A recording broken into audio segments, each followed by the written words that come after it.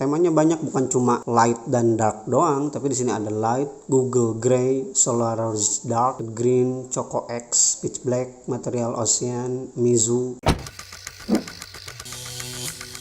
Assalamualaikum, kembali lagi bersama saya Rizal Fauzi.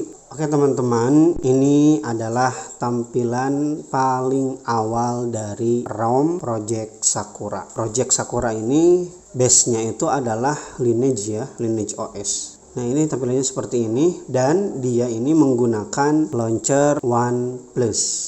Launchernya enteng, yang saya rasakan launchernya itu gegas, enteng, dan tidak neko-neko. Ini laci aplikasinya seperti ini, jadi sangat simpel. Di bagian atas telusuri aplikasi, kemudian di sini ada menu nonaktifkan riwayat ya, seperti itu, simpel sekali. Oh ya, dan juga ROM ini aplikasi bawaannya sangat minim, bahkan galeri aja gak ada, kita dikasih pilihan seleluasanya. Kalau dihitung-hitung aplikasi bawaannya itu hanya file, kemudian jam, email, kalender, kalkulator, kamera, kontak, message, moto audio, radio FM, setelan, SIM toolkit. Udah, gak ada browser, gak ada galeri. Jadi kita benar-benar diberikan kebebasan mau pakai galeri aplikasinya yang mana, mau pakai browser yang mana. Jadi ini bagus sih. Mungkin salah satu penyebab dia enteng karena aplikasi bawaannya sangat minim, sangat sedikit. Lanjut kita bahas launchernya. Ini sekali lagi ini launcher OnePlus ya. Launcher OnePlus itu tampilannya simple. Ini kalau folder seperti ini, kita kalau mau keluar dari folder tarik ke bawah aja. Nah, bagian samping itu ada Google Feed di bagian samping. Kalau kita tarik ke samping ke kiri, dari kiri itu Google Feed isinya. Ini berita dan artikel dan yang lain-lain. Tampilan status barnya seperti ini. Ini tampilan Android stock ya. Kita tarik ke bawah. Nah ini saya suka. Jadi antara control center dan juga notification barnya itu di sini ada jarak pemisah yang menggunakan accent blur. Ini bagus, saya suka. Ini menunya seperti ini. Kemudian ke bawah juga sama, notifikasi senyap. Antara notifikasi yang berbunyi dengan notifikasi senyap itu ada pemisah juga.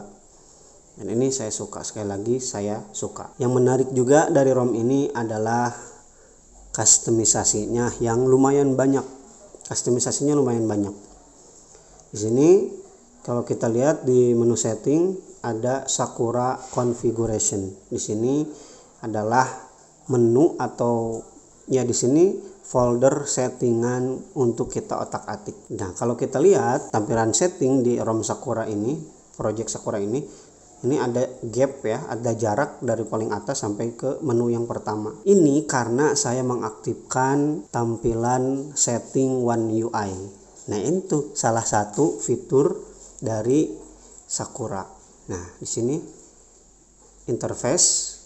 Nah, ini saya aktifkan interface One UI-nya. Apa aja yang bisa disetting? Dashboard, kemudian Sakura temanya banyak, bukan cuma light dan dark doang, tapi di sini ada light, Google Gray, Solaris Dark, Green, Choco X, Pitch Black, Material Ocean, Mizu. Jadi temanya lumayan bejibun ya, bukan cuma dua. Kan biasanya tema ya udah dark sama light, terang sama gelap. Nah, kemudian baterai bar ini yang bisa diatur-atur ya, display cutout setting. Ini saya display cutout settingnya pilih immerse itu, jadi si notch-nya itu nggak kelihatan. Ini padahal ada notch ya, karena saya kurang suka dengan notch ya saya hilangin aja.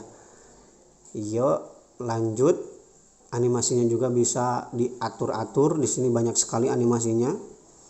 Activity open, kalau kita buka aplikasi gimana animasinya, kalau kita tutup aplikasi gimana animasinya, ada banyak sekali.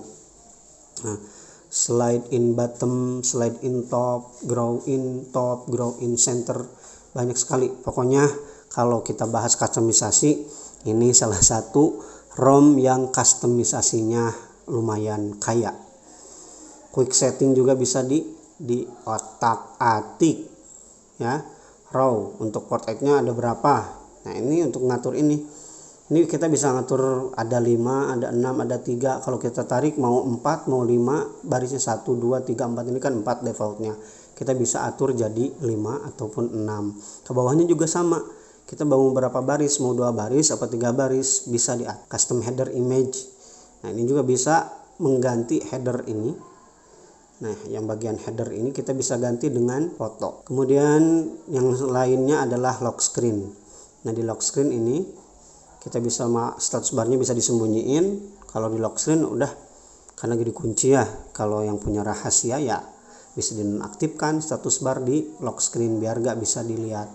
Power menu biar gak bisa diakses, nonaktifkan. Secure power menu juga sama. Music visualizer.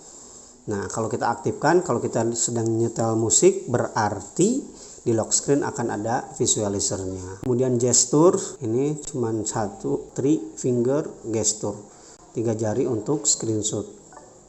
Nah, itu contohnya. Kemudian notifikasi juga bisa diatur cahaya atau lampunya, warna lampu notifikasinya bisa diatur di sini. Jadi pengalaman saya menggunakan ini nyaman ya, lumayan gegas, enteng ROM-nya. Tapi ada beberapa yang saya gak suka. Pertama, yang saya gak suka itu adalah kameranya. Ini kameranya memang kamera MIUI yang di-porting ya, maka kalau ada beberapa fitur yang kurang optimal ya wajar karena ini kamera portingan. Saya ketika merekam menggunakan aplikasi kamera ini di ROM Sakura itu agak sedikit susah fokus. Jadi beberapa kali fokusnya hilang, ngeblur aja gitu. Harus kita tap dulu baru dia fokus lagi gitu. Itu aja sih kalau untuk kamera. Kemudian yang jadi catatan saya juga, ini catatan minor sedikit lah, nggak jadi masalah sebenarnya. Cuman jadi perhatian, ini bagian ini kayak kebakar gitu ya. Kalau blur kan harusnya nggak kayak gini gitu. Oh iya lupa. Kemudian kita lihat juga di sini tingkat keamanannya ya, versinya versi Android ya, versi Android 10 ini Project Sakura ini, dan patch keamanan juga udah yang paling baru yaitu 5 Agustus 2020. Pokoknya kalau kita pakai custom ROM itu biasanya paling update lah kalau patch keamanan. Developernya gesit. Beda lagi kalau kita pakai ROM resmi, itu agak telat lama. Nah, versinya udah Android 10 ya, patch keamanannya juga yang paling baru, dan juga kernelnya menggunakan kernel Quicksilver. Nah, itu dia pembahasan singkat dari Project Sakura. Seandainya kameranya normal, bener-bener normal sih, cuman videonya itu. Jadi karena saya sering menggunakan video untuk konten, jadi agak susah ya, susah fokus. Jadi kemungkinan saya tidak akan berlanjut dengan Project Sakura. Jadi saya akan ganti ROM lagi ke yang base MIUI lagi. Karena ya kalau base MIUI itu bugsnya benar-benar sedikit. Tapi overall ini bagus. Kalau teman-teman gak masalah dengan yang tadi saya sebutkan, boleh dicoba. Ini bagus ROM ini, enteng sekali. Atau mungkin bisa coba aja kamera pihak ketiga Gcam install, mungkin nggak ada masalah kalau pakai Gcam. Tapi saya belum nyoba. Saya lebih suka untuk video, lebih suka pakai kamera bawaan, nggak pakai Gcam. Oke, itu aja sharing pengalaman saya menggunakan Project Sakura. Nanti akan saya share lagi pengalaman ROM yang saya gunakan, insya Allah. Oke, Rizal Fauzi pamit. Wassalamualaikum warahmatullahi wabarakatuh.